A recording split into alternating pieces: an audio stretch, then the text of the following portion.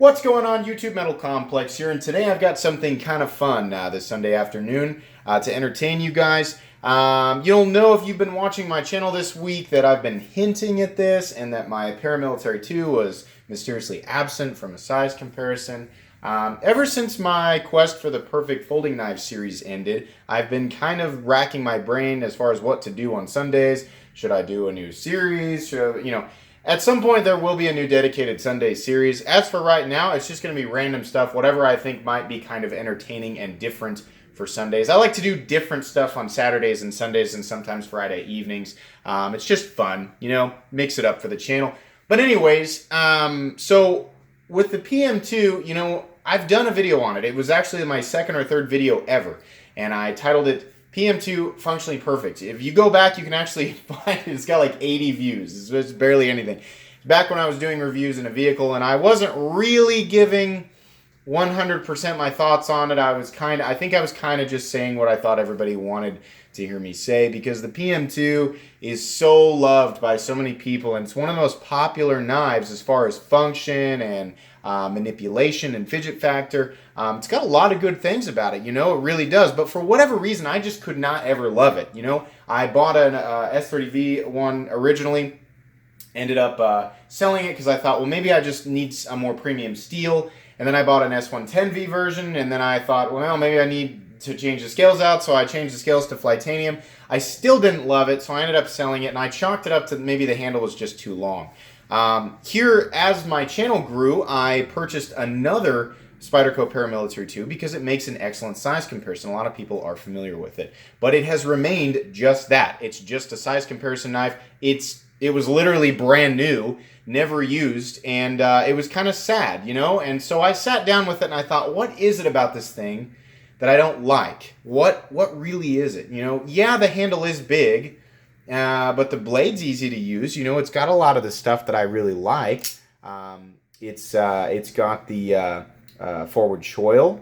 It's got a great lock-in position. It's got the compression lock. So what is it? Yeah, like I said, the handle's long, but I think I've been really spoiled, especially lately, with these Contour G10 scales. Now, back before the Shaman existed, I didn't know that I would love Contour G10 scales so much. I was just naturally bothered by the blocky nature of the Paramilitary 2 scales. I think I was also bothered by the position of the pocket clip a little bit. I don't know, and maybe I was just bored of black G10. So you'll see here the old PM2 scales are laying there because I have replaced the scales along with a couple of other things. Now, I set out to find a different color of scales, and also scales that were contoured. I did not succeed in finding scales that were as contoured as the Spyderco Shaman, but I did find some scales that I really liked. So I'm going to go ahead and reveal the final build here. This is my new Spyderco Paramilitary 2. And while I didn't get perfectly contoured scales, I did get scales that have way better chamfering or way better rounding on the edges than the original PM2 scales. You can see there it's just barely the corner that's rounded off, whereas these guys have some nice rounding and maybe possibly some ever so slight. I mean, they look pretty flat on top, but it's maybe ever so slight contouring. I really like this jade color, this ghost jade, whatever. Excuse the glare we're getting there.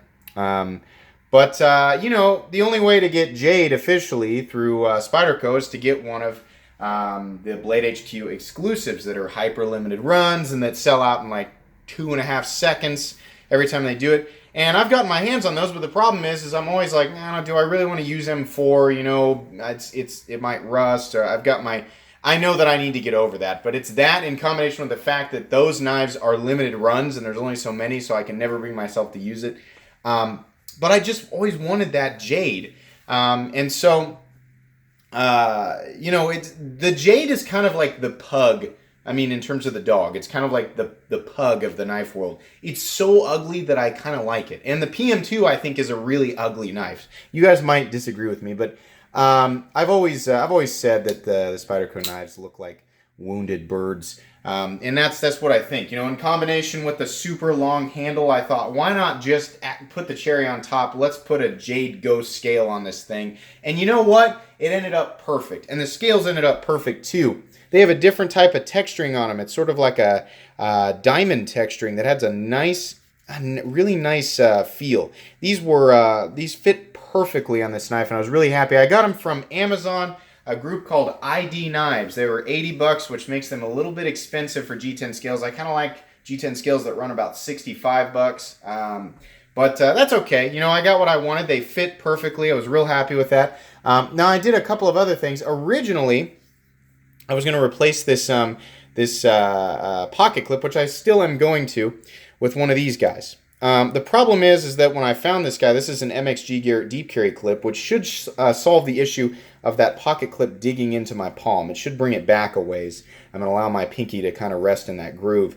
But when I ordered this, it said, you know, it's made for the Para 3, but it'll fit the PM2 and blah, blah, blah. It does. It fits anything with this 3-hole pattern. The problem is this little cutout that's made to essentially accommodate for the lanyard hole is not in the right position to accommodate for the lanyard hole on the PM2. So it doesn't fit properly. So I didn't add that on. So I ordered a replacement one, and that one's going to, actually this one's just going to hang around. It'll give me an excuse to buy another Para 3 at some point when I find a sprint run that I like.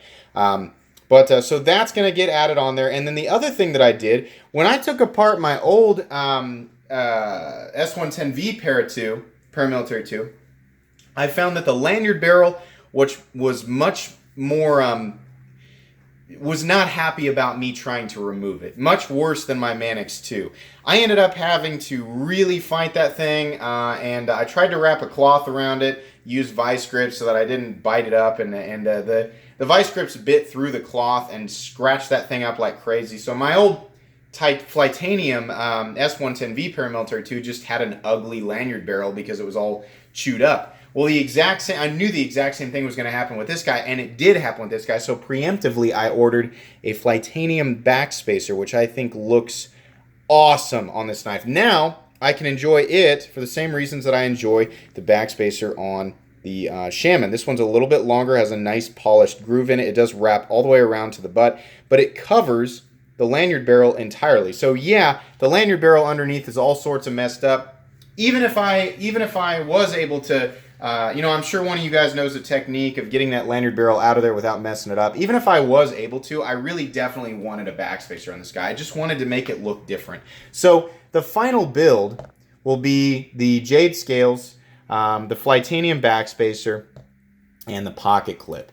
The pocket clip's about $20-25. The backspacer's about $20. I think it was $17, and the G10 scales were $80. So call it $120 roughly for the build, something like that. But now I gotta admit, you know, my action is perfect. It's doing the free drop thing. It's centered back up perfectly. It locks out solid. I honestly have I know that you guys can't feel like the micro movement if there was any, but honestly, no blade play up, down, left to right. And honestly now, I mean, aside from the issue with the standard pocket clip still being on there, now I really like how this feels, and I really like how it looks, and I love that backspacer. That Flightanium backspacer is awesome with that little groove in there.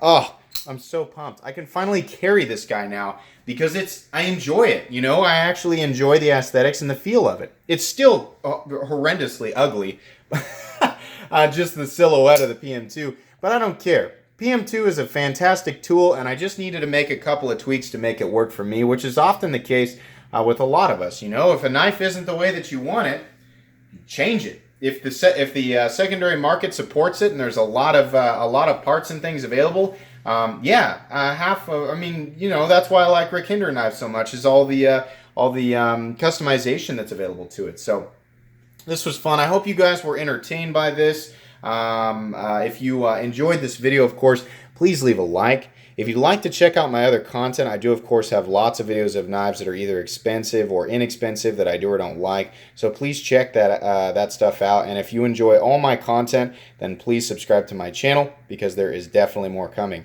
Thanks again for watching, everybody, and have a great day.